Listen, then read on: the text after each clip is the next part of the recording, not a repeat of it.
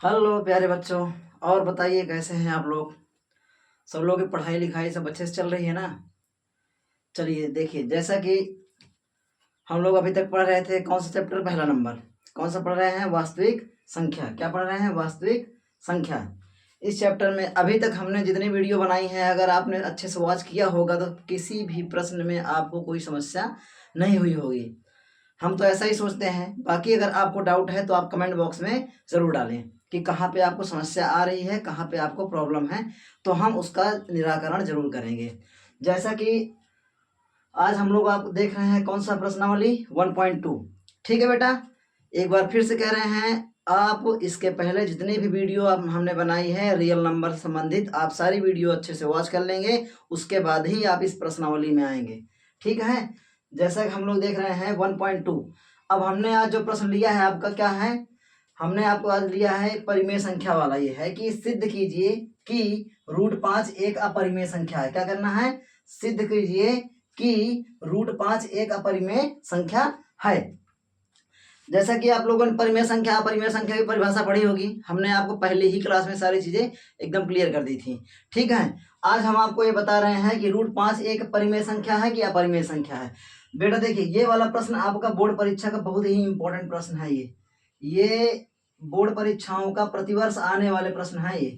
ये board exam में प्रतिवर्ष आते हैं ये प्रश्न। यहाँ से देखिए, यहाँ से 4 प्रश्न बनते हैं। इस प्रश्न को आप आसानी से समझ लीजिएगा आराम से। इसके बाद देखिए 4 प्रश्न बनेंगे यहाँ से। एक तो बनता है √2 का, एक बनता है √3 का, और एक बनता है √5 का, और एक बनता है √7 का। ये सारे प्रश्न ये 4 प्रश्न समथिंग बनते हैं। इन चारों में से एक प्रश्न बोर्ड में आपका आना बिल्कुल एकदम मान के चलिए 100% श्योर है। और आपको करना कुछ नहीं है, बस ये वीडियो वॉच करनी है और जैसे हम आपको समझाएंगे सेम इसी प्रकार आपको करना है। अगर एक समझ गए आप तो बाकी के 3 आप बहुत आसानी से कर लेंगे। जैसा कि आप जानते हैं, हम आपको सिद्ध कराएंगे आज क्या, √5। क्या सिद्ध कराएंगे, √5। तो √5 जिस प्रकार आप सिद्ध करेंगे, क्या, √5, सेम ऐसे ही सारे प्रश्न आपको सिद्ध करने हैं। हम आपको भी बता देंगे। देखिए ठीक है, जब हम आप सिद्ध करने जा रहे हैं आज क्या है, √5। क्या है, √5 एक अपरिमेय संख्या है। तो हम इसका यह हल प्रारंभ करते हैं। क्या करेंगे हम, माना P/Q क्या है, माना P/Q एक क्या है, परिमेय संख्या है। माना P/Q क्या है, एक परिमेय संख्या है। आपको पता है कि जो भी परिमेय संख्या होती है उसको आप कैसे दर्शाएंगे, P/Q, या बहुत से लोग A/B भी दर्शा देते हैं। ठीक है, जितनी भी परिमेय संख्या होती है वो सब कैसे होती हैं, परिमेय संख्या जो होती है वो भिन्न के रूप में होती है। लेकिन कंडीशन क्या होती है, ये देखिए लिखे हुए हैं कि माना P/Q क्या है, एक परिमेय संख्या है। माना P/Q क्या है, एक परिमेय संख्या है। तो चूंकि आप लिखेंगे कि √5 बराबर क्या हो जाएगा, P/Q हो जाएगा। जहां Q बराबर क्या होगा, Q equal not 0। Q equal क्या होगा, नीचे अपान वाली संख्या कभी 0 नहीं हो सकती है। और P और Q क्या है, एक पूर्णांक है। P Q और क्या है, एक पूर्णांक है। अब बेटा देखिए, पूर्णांक का मतलब ये होता है कि यहाँ पर कोई अंक है। पूर्णांक मतलब यहाँ पे कोई अंक है जो रूट में नहीं होगा, पूर्ण अंक होगा, 2 होगा, 4 होगा, 8 होगा, 12 होगा, 14 होगा। इस प्रकार का कोई भी अंक यहाँ पर हो सकता है। ठीक है, इतनी बात समझ में आई। फिर उसके बाद कह रहे हैं, और P, Q का उभयनिष्ठ गुणनखंड क्या है। इसमें और क्या बोले हैं कि P और Q मतलब P ऐसी जो कोई संख्या है, मान लीजिए P आपकी, देखिए मान लीजिए P कोई अगर संख्या है, कह रहे हैं P और Q क्या है, इसका उभयनिष्ठ गुणनखंड 1 होगा। मान लीजिए P अगर P बराबर 2 है तो उसके बटे में क्या होगा, 3 होगा।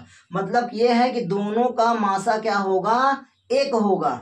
अगर आपसे कह दें यहाँ पे क्या 4/8 हो सकती है, तो आप कहेंगे नहीं, क्योंकि इसका उभयनिष्ठ गुणनखंड आपका 1 नहीं है। ठीक है, तो आप ऐसी संख्या मानेंगे जिनका उभयनिष्ठ गुणनखंड 1 हो। अपने से मान लेंगे जो भी मानना हो आपको।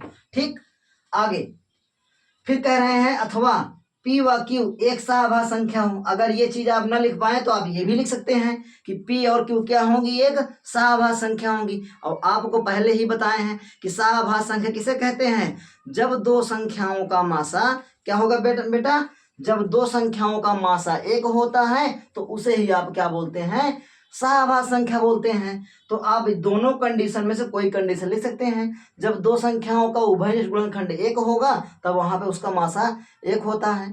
ठीक है, अब क्या करेंगे हम, अब इन संख्याओं को, किसको, इस संख्या के दोनों पक्षों का क्या करेंगे, वर्ग करेंगे। क्या करेंगे, दोनों पक्षों का वर्ग करेंगे।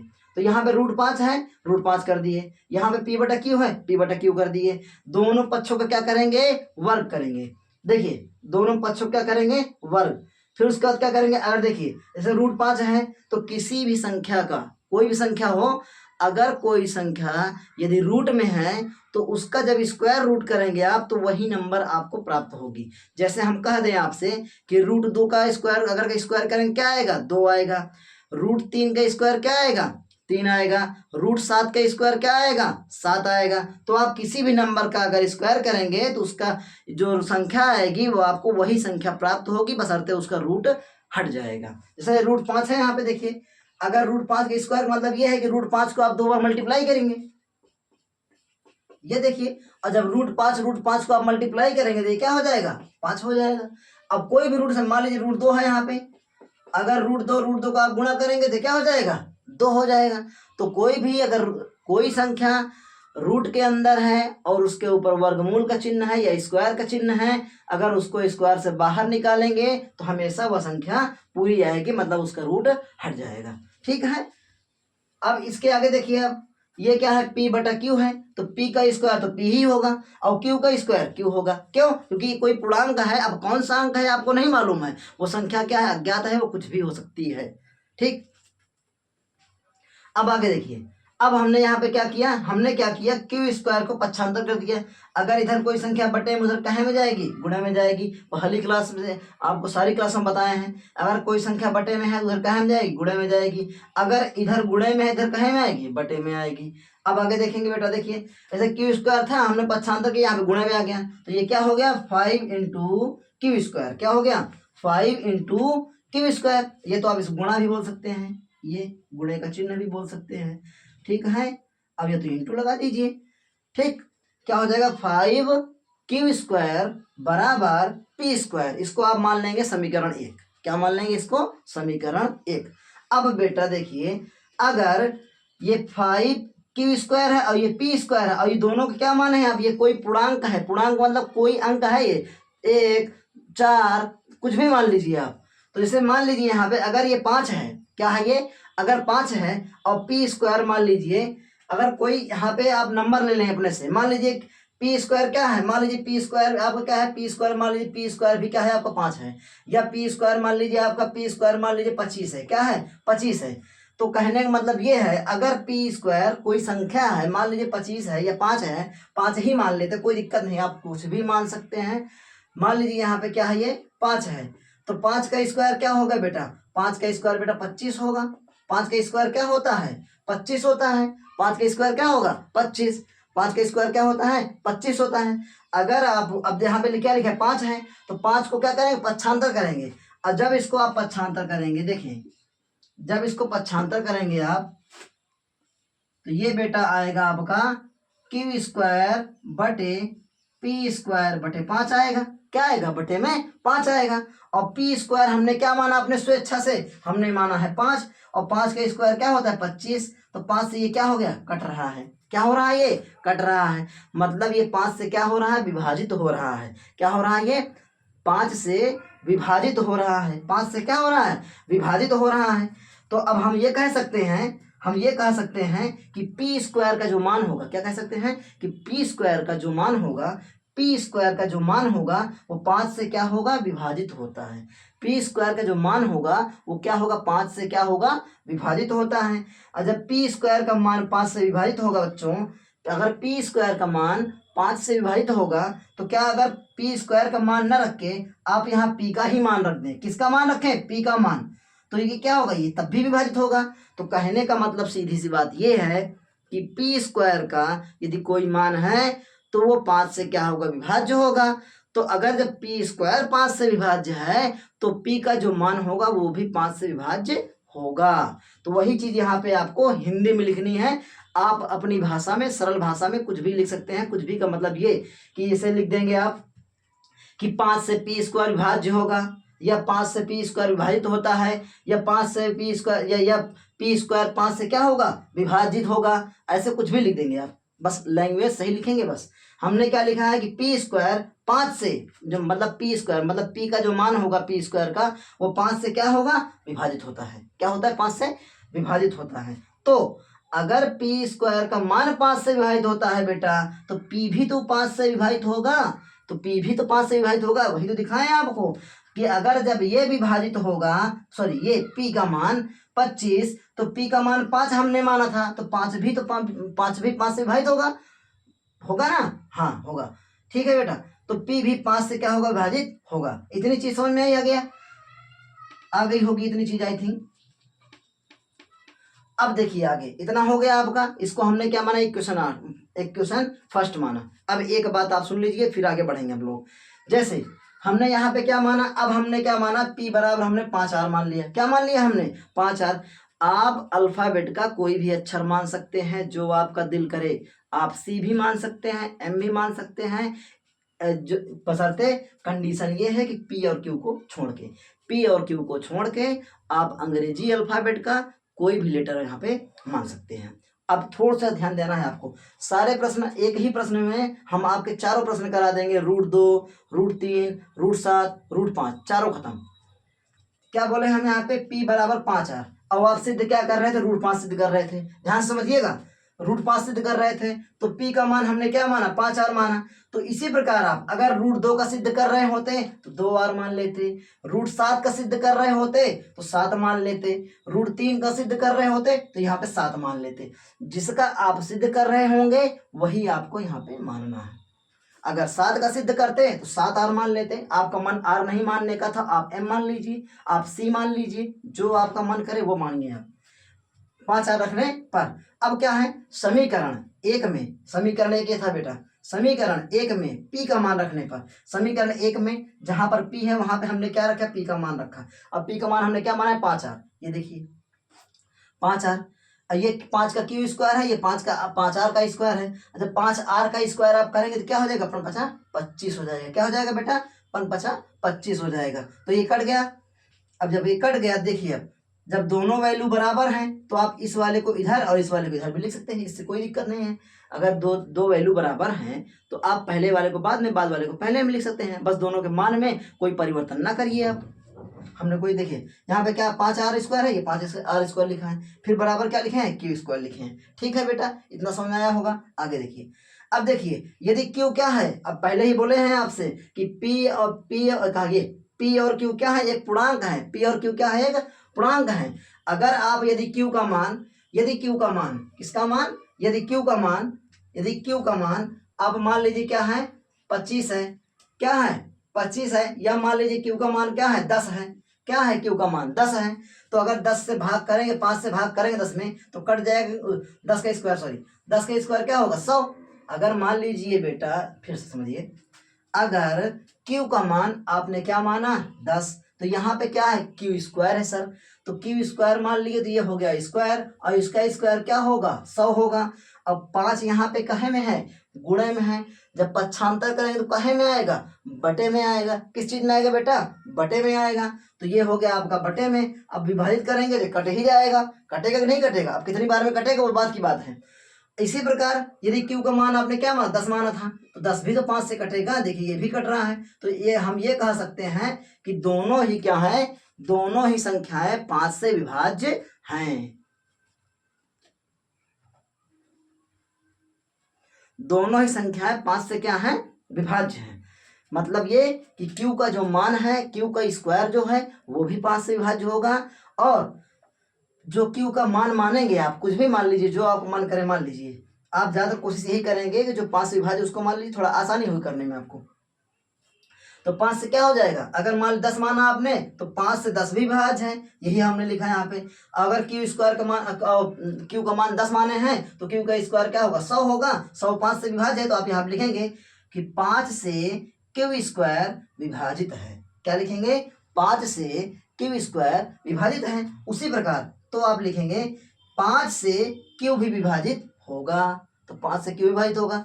ठीक है, इतनी बात समझ में आई। आगे बढ़ते हैं हम लोग। आगे क्या है, अतः P और Q एक उभयनिष्ठ गुणनखंड 5 है। P और Q का क्या है, पी और क्यू का देखिए, यहाँ पर भी देखिए, यहाँ पर पी 5 से कट रहा था और यहाँ पर क्यू भी 5 से कट रहा है।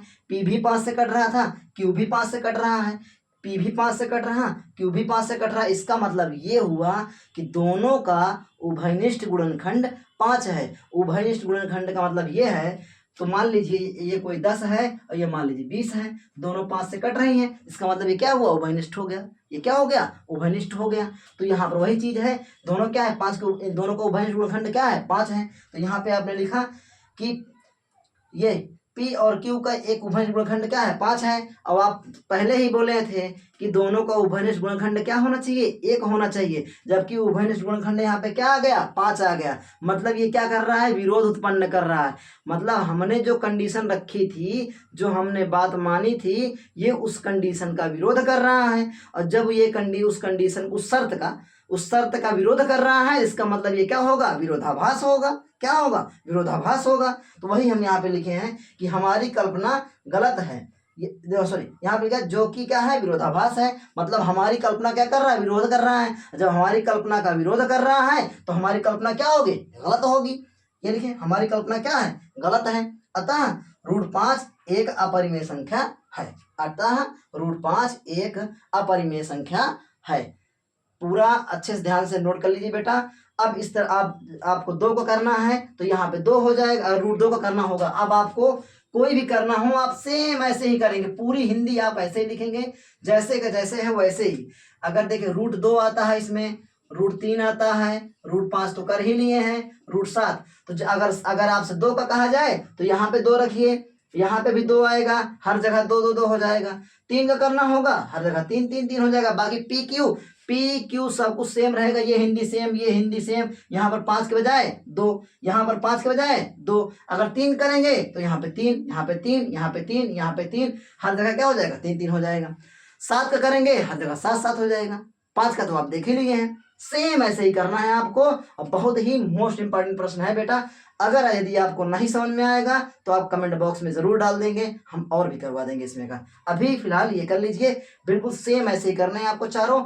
ये आपका बोर्ड परीक्षा का एक प्रश्न कम से कम 4 नंबर का आपका आना श्योर है एकदम से। चलिए देखते हैं आगे। पिछली बार √3 आया था, सॉरी √2 आया था।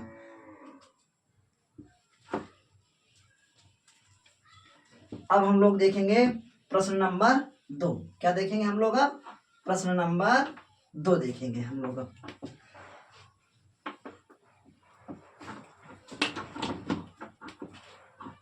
अब हम लोग देखेंगे प्रश्न नंबर 2। अब हम लोग का प्रश्न नंबर 2 क्या है,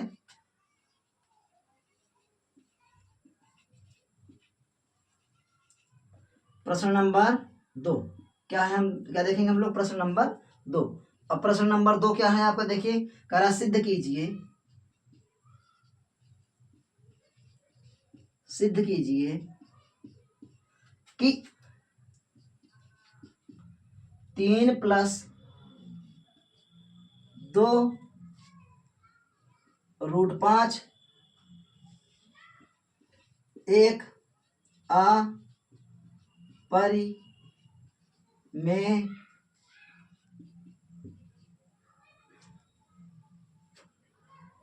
संख्या है। क्या है, एक अपरिमेय संख्या है। ये तो बहुत ही सिंपल है। अब इसको हल करेंगे, देखिए लिखेंगे माना, क्या लिखेंगे, माना।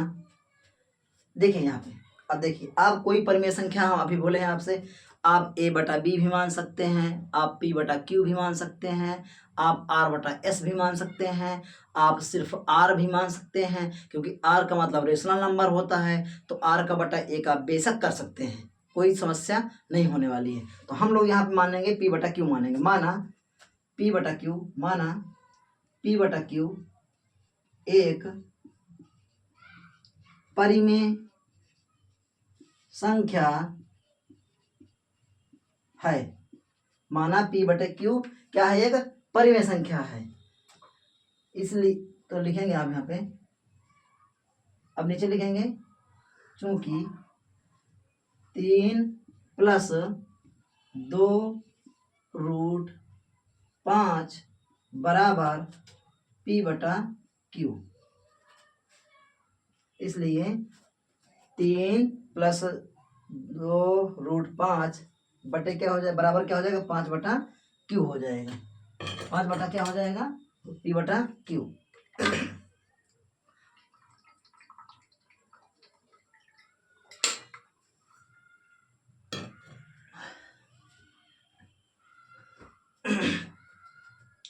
इतनी बात समझ आई। दोनों क्या है, ये परिमेय संख्या है।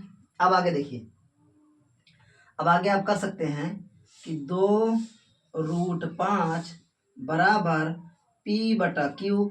इधर प्लस में था, इधर क्या हो जाएगा, -3 हो जाएगा। फिर आगे आप कर सकते हैं √5 बराबर P/Q माइनस, ये तो इसको ऐसे कर लीजिए, देखिए ये हो गया P - 3Q हो जाएगा, और पूरे का पान में क्या हो जाएगा, Q हो जाएगा। तो जो 2 आया है वो 2 कहाँ पे आएगा, बटे में आएगा। 2 कहाँ आएगा, बटे में। तो आप लिख सकते हैं इसको कि 2, ये लिखेंगे आप इसको, यहाँ पे आ जाएगा 2, क्योंकि यहाँ पे गुणे में, यहाँ पे कहाँ में आएगा, बटे में आएगा। और ये कैसे हुआ, हमने एलसीएम लिया, जिसके अपॉन में कुछ नहीं वहाँ पे 1 होगा। जब Q आप एलसीएम लेंगे तो Q से Q में डिवाइड करेंगे, 1 आएगा। 1 को P में गुणा करेंगे, P 1 कम P हो जाएगा। 1 से भाग करेंगे Q में, Q बार जाएगा, और Q को 3 से गुणा कर देंगे, 3Q हो जाएगा। क्लियर। अब देखिए √5 तो अभी आपने सिद्ध किया है, √5 अभी हमने सिद्ध किया। √5 क्या था, एक अपरिमेय संख्या थी। तो आप लिखेंगे यहाँ पे, अतः √5 एक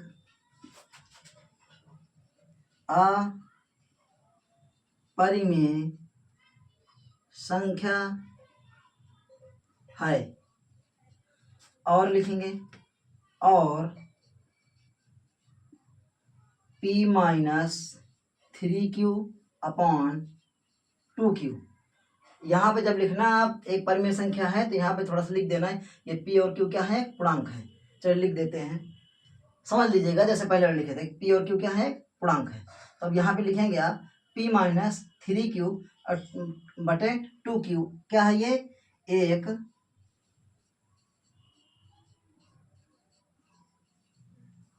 परिमेय संख्या है।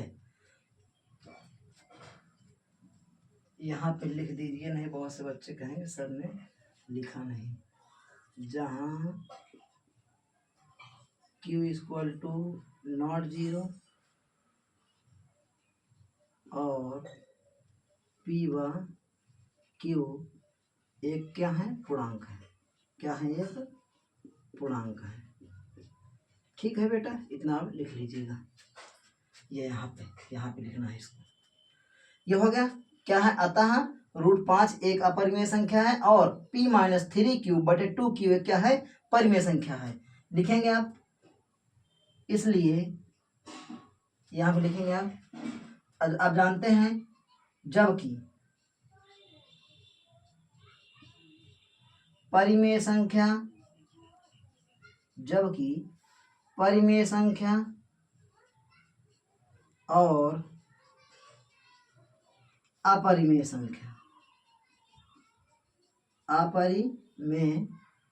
संख्या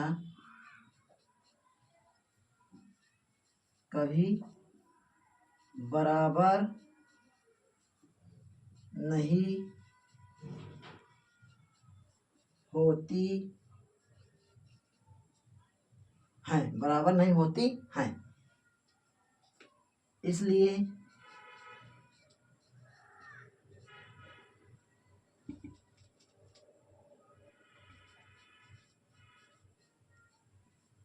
इसलिए लिखेंगे 3 + 2√5 एक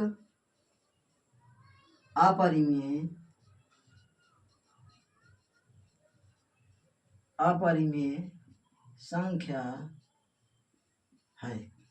ठीक है बच्चों, ये आपका हो गया तीसरा नंबर। देख लीजिएगा ध्यान से, ठीक है। ये चीज आपकी यहाँ पे लिख देना है इसको। ठीक, अब हम लोग चलते हैं अगले प्रश्न पे। ध्यान से समझ लीजिए, जहाँ पे न समझना है आप कमेंट में ज़रूर डाला करिए कि सर यहाँ समझ में नहीं आया है। ठीक है।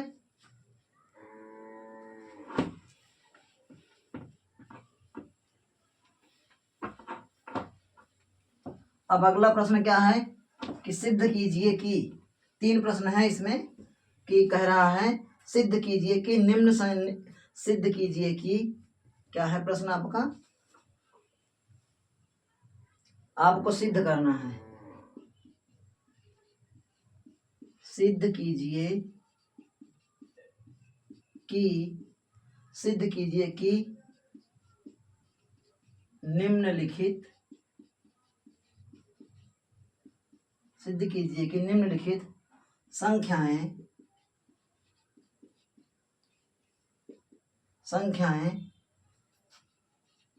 अपरिमेय हैं। नंबर 1 क्या है आपका, नंबर 1 है आपका 1/√2 है। क्या है 1/√2। नंबर 2 क्या है आपका 7√5 है। और नंबर 3 क्या है आपका, नंबर 3 है आपका 6+√2 है। ये 3 संख्याएं आपकी हैं। अब देख लेते हैं हम लोग इसमें। पहला नंबर देखेंगे हम लोग, क्या करेंगे हम लोग, पहला नंबर हल करेंगे। कौन सा नंबर, पहला नंबर इसमें का ये पहला नंबर आप क्या है 1/√2 है। तो अब लिखेंगे इसको, कैसे करेंगे, लिखेंगे माना, सब वैसे ही करना है। आप 2 प्रश्न आप ध्यान समझ लेंगे, सारे प्रश्न कर डालेंगे। माना P/Q एक परिमेय संख्या है। ठीक है, माना P/Q क्या है, परिमेय संख्या है। तो लिखेंगे 1/√2 बराबर P/Q, 1/√2 बराबर P/Q। यहाँ पे वही लिखना है आपको हर बार, Q = 0 और Q एक पूर्णांक है जो सहअभाज्य है, सहअभाज्य है। ठीक है, जो क्या है, सहअभाज्य है। अब इसको देखेंगे आप कैसे करेंगे। अब इसको देखिए, इसको तिरछा गुणा करिए, इसको आप इसको करेंगे आप, ये हो जाएगा आपका √2p = Q हो जाएगा। क्या हो जाएगा, ये आपका इतना हो जाएगा। तो आप इसको लिख सकते हैं फिर, तो √2 बराबर लिखेंगे आप Q/ क्या हो जाएगा, P बराबर क्या हो जाएगा, ये हो जाएगा ऐसे। मतलब कि जब इसको गुणा करेंगे आप तो ये हो जाएगा आपका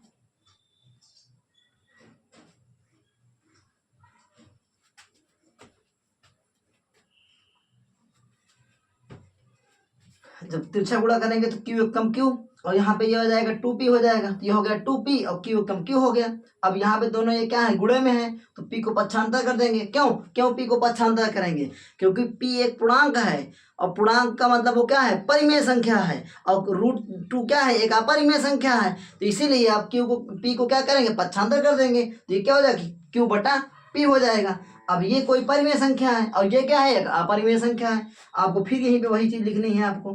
तो यहाँ पे लिखेंगे बाप, इसके आगे लिखेंगे कि √2 एक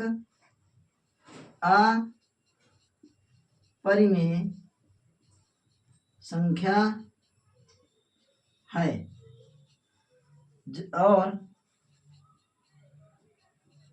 और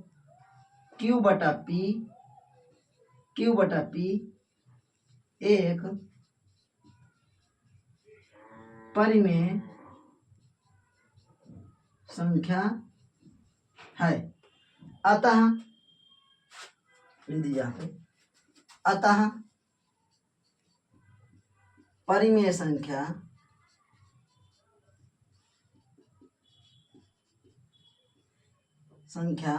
और अपरिमेय संख्या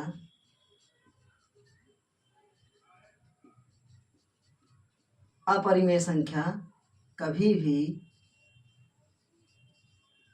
बराबर नहीं होती है।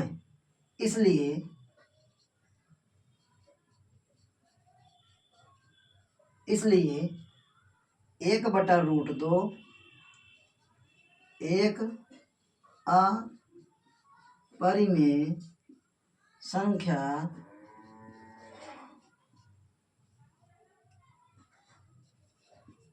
है, यह होगी। ये हिंदी आप अपने अनुसार लिख सकते हैं। आप जैसे हमने इस बार लिख दिया, उस बार आप ये भी लिख सकते हैं ऐसे कि रूट आता है √2 और ये √2 ये क्या है, ये अपरिमेय संख्या, ये परिमेय संख्या है, जबकि ये फला फला जो भी ये क्या है, परिमेय संख्या और अपरिमेय संख्या कभी भी बराबर नहीं होती हैं। इसलिए 1/√2 एक अपरिमेय संख्या होगी। आप हिंदी को अपने अनुसार भी लिख सकते हैं, इससे कोई समस्या नहीं होने वाली, आपको फुल मार्क्स मिलेंगे बेटा। ठीक है, ये हो गया आपका। अब आप देख लीजिए, ठीक है। अब हम आपको कराते हैं आपका दूसरा नंबर। कौन सा नंबर? दूसरा नंबर। अब दूसरा नंबर हमारा क्या है? दूसरा नंबर है हमारा 7√5। दूसरा नंबर क्या है हमारा? 7√5। क्या है ये? 7√5। तो अब लिखेंगे यहां पर, इस वाले को भी लिखेंगे, माना P/Q। आप A/B भी मान सकते हैं, बताए हैं ना कि आप अल्फाबेट का कोई भी अक्षर मान सकते हैं। माना P/Q एक परिमेय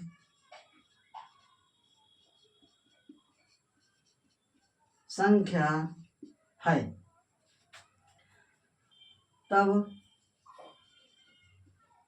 7√5 बराबर, लिखेंगे यहाँ पे, चाहे चूंकि लिख दीजिए, चूंकि 7√5 बराबर P/Q हो जाएगा। वही हिंदी आपको लिखनी है कि Q = नॉट 0, P और Q एक पूर्णांक है। हिंदी वही लिखनी है आपको हर बार, पूर्णांक है। P, Q एक सह अभाज्य संख्या है। क्या है? सहभाज्य संख्या है। ठीक, सहभाज्य संख्या है। अब आप देखेंगे आगे कि √5 बराबर क्या हो जाएगा? P/Q है, और √7 को पक्षांतर कर देंगे तो ये क्या हो जाएगा? बटे में यहाँ से आ जाएगा। फिर देख लीजिए, ध्यान से समझिएगा, यहाँ पे गुणे में है, जब इसको आप पक्षांतर करेंगे तो ये P/Q है। P/ क्या है? Q है। और जब पक्षांतर हो गुणे में, इधर कहे में आएगा? बटे में आएगा। अब ये क्या है? ये एक परिमेय संख्या, ये एक अपरिमेय संख्या। फिर आप वही लिखेंगे, अतः लिख दीजिए यहाँ पे कि √5 एक अपरिमेय संख्या, अपरिमेय संख्या है,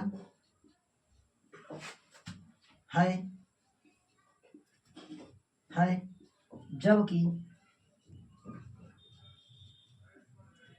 P/7Q एक परिमेय संख्या है। क्या है? एक, देखिए, √5 एक अपरिमेय संख्या है, जबकि P/7Q एक परिमेय संख्या है, बताए हैं। अब क्या हो गया? परिमेय संख्या और अपरिमेय संख्या दोनों का भी बराबर नहीं हो सकती हैं। आगे लिखेंगे, अतः परिमेय संख्या और अपरिमेय संख्या कभी भी बराबर नहीं होती हैं। इसलिए यहाँ पे इस बार चेंज कर दीजिए, वहां पे उठा के ये लिख दीजिए। अब इसलिए 7√5, इसलिए 7√5 एक अपरिमेय संख्या होगी। इसलिए 7√5 एक अपरिमेय संख्या होगी। हो गया आपका खत्म। ठीक, अब इसी प्रकार हम लोग लास्ट का देखते हैं, तीसरा नंबर। देख लीजिए एक बार, आप ध्यान से इसको नोट करना है, नोट कर लीजिए, हट जा रहे हैं सामने से। ठीक है बेटा, अब हम लोग बढ़ते हैं तीसरे प्रश्न की ओर। तीसरा वाला प्रश्न है आपका, तीसरा वाला है ये 6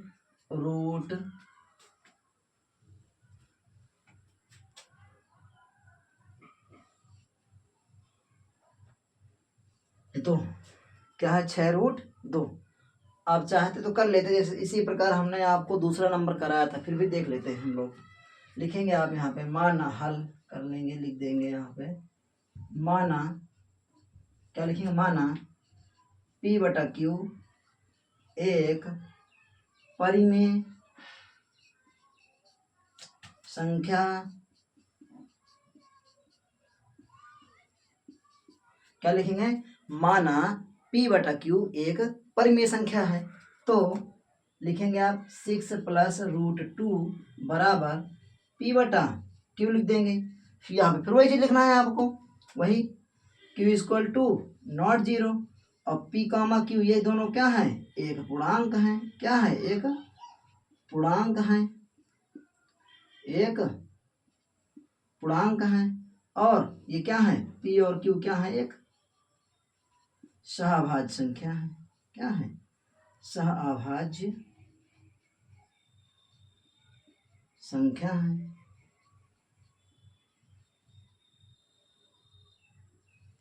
ठीक, अब आगे करेंगे हम लोग, लिखेंगे यहाँ पे कि √2 बराबर P/Q, इधर प्लस में है ये 6, देखिए प्लस में है, इधर क्या हो जाएगा, माइनस हो जाएगा, -6। आगे बढ़ाइए इसको कि √2 बराबर ये क्या हो जाएगा, P - 6Q, P - 6Q, और पूरे के अपान में क्या हो जाएगा, Q। ये कैसे आया सर, इसके अपान में 1 करेंगे। अब फिर क्या कर लेंगे आप, एलसीएम ले लेंगे। क्या करेंगे हम लोग, एलसीएम ले लेंगे। इसका एलसीएम Q, ठीक है, Q से Q में भाग करेंगे 1 आएगा, 1 को P में गुणा करेंगे P ही रहेगा, 1 से Q में भाग करेंगे Q आएगा, Q को 6 में गुणा करेंगे 6Q हो जाएगा। अब इसका जो मान होगा ये क्या होगा, एक परिमेय संख्या होगी। क्यों, क्योंकि P और Q क्या है, एक पूर्णांक है। P और Q क्या है, एक पूर्णांक है। कोई भी अंक आप रख लीजिए, मान लीजिए आपको सिद्ध कर दिखा देते हैं इस बार। मान लीजिए P बराबर कोई अंक मान लीजिए आप 1 मान लिए, -6 का 6 है, Q का मान लिया आपने, क्या मान लिया, 2 मान लिया। चलिए क्या मान लिया आपने, 2 मान लिया। सॉल्व करिए इसको आप, Q का मान लीजिए 2 माने हैं आप, देखिए 6 दूना 12 और 12 में से 1 गए, क्या आ जाएगा, -11, और 11 बटे क्या हो जाएगा, 2 हो जाएगा। ठीक है, अरे तो P ये क्या गया, 11 बटे क्या है आपका, ये कोई आपका ये क्या है आपका, कोई परिमेय संख्या होगी। इसी प्रकार आप जो भी मानना हो आप मान लीजिए अपने से।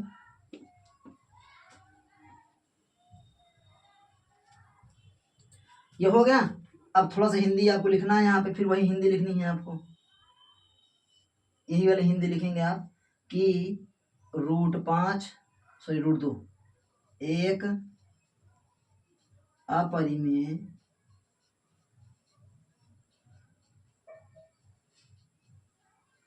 संख्या है, जबकि P - 6Q/Q एक परिमेय संख्या है। क्या है, एक परिमेय संख्या है, एक परिमेय संख्या है। अतः फिर अब आगे क्या लिखेंगे, आगे वाला, अतः परिमेय संख्या और अपरिमेय संख्या कभी भी बराबर नहीं होती हैं। इसलिए अब की बार क्या है आपका, 6 + √2 एक अपरिमेय संख्या होगी। बस आपका ये भी खत्म हुआ आपका। ठीक है बेटा, अब हम लोग मिलते हैं अगले प्रश्नावली में। तब तक आप सारे वीडियो बेटा वॉच कर लेंगे, पीछे के जो सवाल नहीं आ रहे हैं उनको आप रिवीजन कर लेंगे और खूब अच्छे से पढ़ाई करेंगे। ओके, मिलते हैं नेक्स्ट वीडियो में।